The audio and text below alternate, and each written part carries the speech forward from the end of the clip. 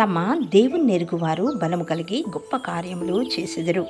దానియేలు గ్రంథము 11వ అధ్యాయము 32వ వచనము. ఈ దినము నీ జీవితంలో గొప్ప కార్యములు చూడాలని ఆశపడుచున్నావా? నీ బలంతో నీవు ఏమీ పొందలేవు.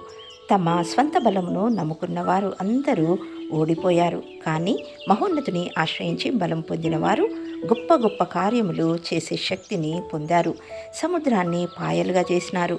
సూర్యచంద్రులను ఆపగలిగారు. వర్షం పడినట్లు చేశారు. వర్షం ఆగిపోనట్లు చేశారు. చేదు నీరును మధురంగా మార్చగలిగారు. కుష్ఠవ్యాధులను నయపరిచారు. ఇలా ఎన్నో ఎన్నో గొప్ప కార్యాలు చేసినారు. నీవు కూడా నీ జీవితంలో గొప్ప కార్యాలు అనుభవించాలంటే ఆయన బలంతోనే అది సాధ్యము. నీవు నమ్మాలి. ఎందుకంటే అది ఆశ్చర్యకరమైన బలము. విశ్వసించు, గొప్ప కార్యములు చూడబోతావు. జీవము గల దేవుడు ఈ దిన తన వాగ్దానాన్ని మనందరి ఎడల నెరవేర్చును.